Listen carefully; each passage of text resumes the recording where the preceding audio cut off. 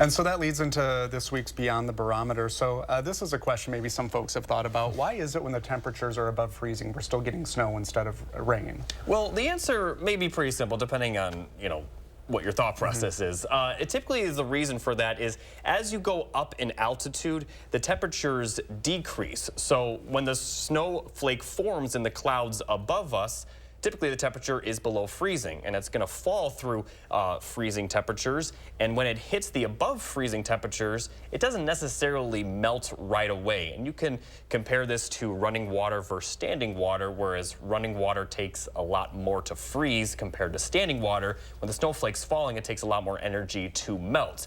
And when the layer of above freezing temperatures is really small at the surface, that snowflake will fall all the way to the ground as a snowflake. So that's really the answer, and pretty much all precipitation during the wintertime forms as snow up in the clouds. Even when it's raining, it's just that layer of rain is, or the layer of above freezing temperatures is a bit larger when you see all rain. But under that scenario, can snow accumulate?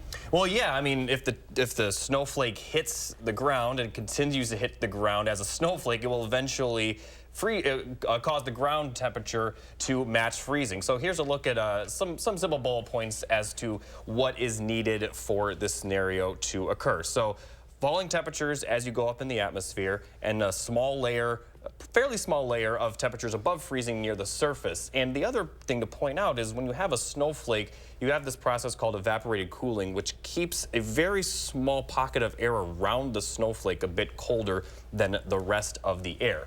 And some other things to note is that the temperature change as you go up in the altitude is not always the same. It could be 10 degrees per kilometer and 5 degrees per kilometer. And in drastic situations, when the temperature change is very sharp as you go up, we can have snow even when it's like 45 degrees out. Interesting. Yeah. So yeah, if you ever wondered why you're using your shovel more often, now that people just found out. Yeah, and typically when this happens, the snow does melt fairly quickly, unless you get a situation like 2 weekends ago when we had the temperatures drop all the way to the single digits following the snow. But if you remember, when it was snowing, the temperatures were still around 34, 35 degrees. And typically this happens in the mid-30s rather than the mid-40s. The mid-40s snow is just a very, very drastic situation. Doesn't often happen. Are you a snow person or not? I have very strict rules about snow. Oh, yes? I think snow is great the day after Thanksgiving to New Year's Day, and then I'm ready for spring. I don't get my way. I can understand that, but I like snow all the way through March. I could never live in Florida. All right, thank you, Jacob.